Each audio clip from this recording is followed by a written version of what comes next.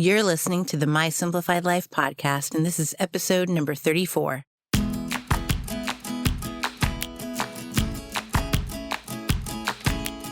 Welcome to the My Simplified Life podcast, a place where you will learn that your past and even your present don't define your future.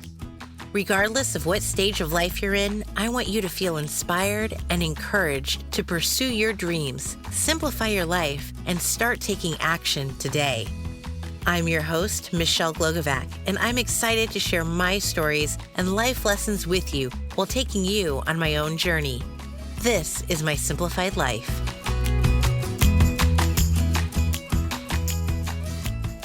Hey guys, welcome back to another episode. I'm your host, Michelle Glogovac, and today I want to talk to you about research. No, research does not sound like the sexiest topic I could have chosen to chat about, but it is so damn important and it keeps coming up in everything I'm doing lately, so I want to dive into it with you. I just wrapped up the most epic sales strategy course with Michelle Terpstra, the founder of From Hello to Closed. You all met Michelle back on episode 20 when she shared her tips on strategizing in your business. The woman is a freaking powerhouse when it comes to sales. So when she opened up this opportunity for me to be a part of her course, I didn't have to think twice about it. I jumped with both feet. Coming from the corporate world, I was familiar with one of Michelle's first exercises, which was to perform a SWOT analysis. SWOT stands for strengths, weaknesses, opportunities, and threats. This is when you take a look at your own business and at the businesses of your competitors. Now, it's important that I mention here that you do not want to crawl down the rabbit hole of imposter syndrome. This is when you start comparing yourself in the sense of doubting what you're doing because you're looking at what others are doing. That's not what this exercise is for. This is about you getting to know your business, looking at what you do, how you can do it better, and recognizing what you're already doing and how you're truly crushing certain areas of your business. We all bring something different to the table, which is why it's important to recognize that the way you do things makes you unique and sets you apart from those who also offer a similar product or service as you do. So this is great and all, but what does it have to do with our topic today? Well, it has everything to do with it. In order to look at your business and your competitors, you have to research them. Check out their website and social media, see what their offerings are, and do the same for yourself. Now, let's be honest, you should have done quite a bit of research before you even launched your business. This is why the topic of research is so important and applies to virtually everything in your business and is actually a part of my everyday. When you decided you wanted to go into business for yourself, you obviously did some research, I hope.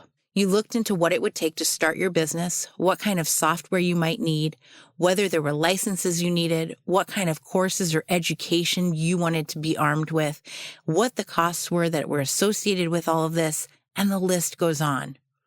You started your business by researching what it would take to open it.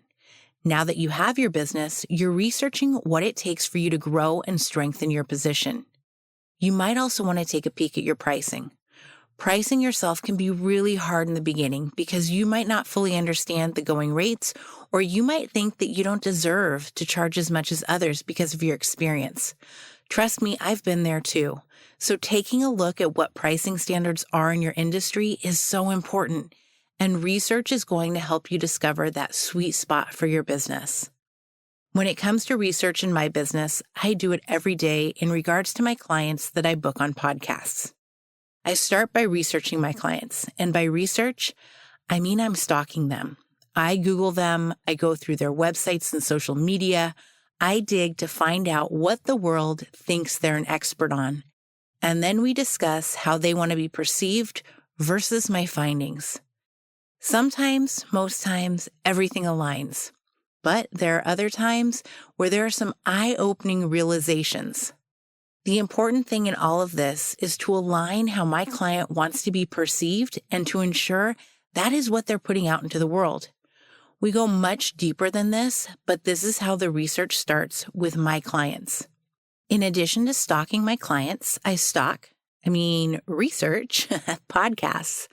I've talked about some best practices on pitching yourself in episode 14, and one of the most important things you need to do is to find the right podcasts to pitch yourself to.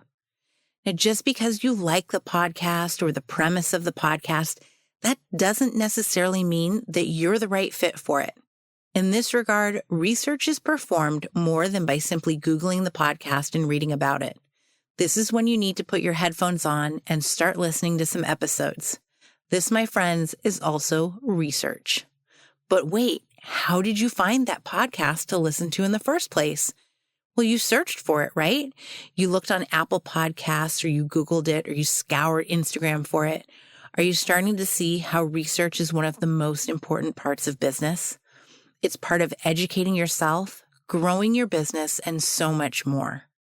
Researching isn't just taking an outside look at your business or a look at your competitors or even the podcast you want to be interviewed on. Research is also about taking a look at your ideal client and everything about them. You have a product or service, but what is the problem you're trying to solve with it? Why does someone need what you have? Who is it that you're trying to help? This all goes back to figuring out who your ideal client is. Who is it that you want to work with? Why do you want to work with them?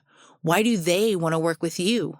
What is it going to make them want to work with you and to come back time and time again? Why are they going to want to buy from you instead of your competitor? Some great ways to research the information you're looking for in all of this is to simply ask. Once you've defined who your ideal client is, seek those people out. Interact with them and get to know them. You would be amazed at how willing people are to help you, especially if you have specific questions that they can answer. I'm not recommending you sell to these people, just as you shouldn't be selling on a podcast interview. I'm suggesting you ask to buy them coffee and find out what's stopping them from utilizing such a service or buying a product. What would be their ultimate dream in such a thing or a must-have? This is the type of research that is going to take you further ahead than any single one of your competitors. It's what's going to make you stand out, and it's because you've gone the extra mile in doing your research and due diligence. Now, I get that this sounds like a lot of work, and in all honesty, it is. Research on any given topic isn't something that should just take a few minutes. I'm a huge self-educator and research everything because I want to know how to do it. I've built my website entirely on my own and have written the process for how I do everything in it. So when I outsource more tasks, it'll be easy for that person to follow what I do. I didn't know how to create a website before or use WordPress or install a template and make it my own. Heck, just this past weekend, I had to figure out how to change all of the black font color to my branded blue color, and it took Googling and asking questions, but now I know how to do it. And by knowing how to do things like this in my business, I'll also know that it's done right, especially when I outsource it. Think about it this way. Would you start something new without researching it? Since I love DIY, we do a lot of it around the house. From fixing a garage door opener to building a shed, to painting barn doors, to most recently providing haircuts for everyone in the house. Do you think I would attempt any single one of these tasks without first researching it? Absolutely not. I scour the internet for YouTube videos and blog posts for instructions. Others have done it before me, so I'm going to see how they did to figure it out. Sure, their instructions might not fit me perfectly, just as the way someone has designed their business might not be the right fit for you. But my point is that it takes time and research in order to properly execute on all of this. I've talked about what it took for me to figure out what I wanted to do for my business and how I tried a few things before discovering the podcasting industry. Let's be honest, if I didn't know how to listen to a podcast 2 years ago, do you think that I knew what it took to produce one? No, I certainly did not. What I did know, though, was how to research what it took. There's definitely some trial and error involved, but researching your first steps puts you further ahead than if you didn't look into it at all. If you're thinking about launching a business or growing your business, then chances are you're also going to invest in your business at some point. That's the position I'm in right now. I know it's time to invest. And when I say that, I mean I'm going to spend some money on something that isn't just a $20 subscription to a platform or a new laptop because the old one broke. I'm talking about spending money on a large course or hiring an outside person to help me either in my business or on my business. So where do you begin? What's the right next step? I'll tell you that it's different for everyone.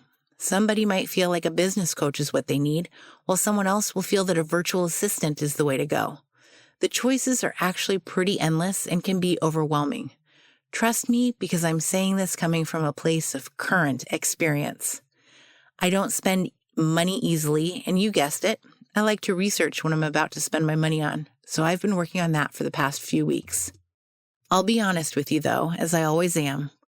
Although it's taken a lot of research and brainstorming on what my next step is going to be, it also takes listening to your gut. I've seen various courses come across my email and social media. I've seen coaching services and have even spoken to a coach, but my gut said no, that's not right for me. So listen to what your gut tells you. Listen to it and take time after doing research before you make a decision. Make an informed decision with all of your research. But remember, you can't be informed if you don't do your research. Okay, friends, I hope you're getting the big picture on why I think and know that research is important in your business. You cannot grow your business without having the knowledge you need to grow it, and that knowledge comes from research. Take it from the Google Queen. All of the information you need is at your fingertips. You just have to look for it, reach for it, and ask for it. This week, I want you to research something, whether it's the business you want to launch, the career you want to go after, how to cut your own hair, what the next step in your business should be, how you can expand your offering, or whatever else you might be working on. Start researching it. Share with me what you're working on, and if you need any direction on where to start your research or which way you should turn, then hit me up on my email or slide into my DMs on Instagram. I'm listening and I want to help you. Trust me when I say I've been doing my research, and if I can share some of my findings with you, then I absolutely will and am more than happy to do it. You have the power to research how you want to shape your future, so go do it. Until next week, my friends, stay safe, stay healthy, and stay happy.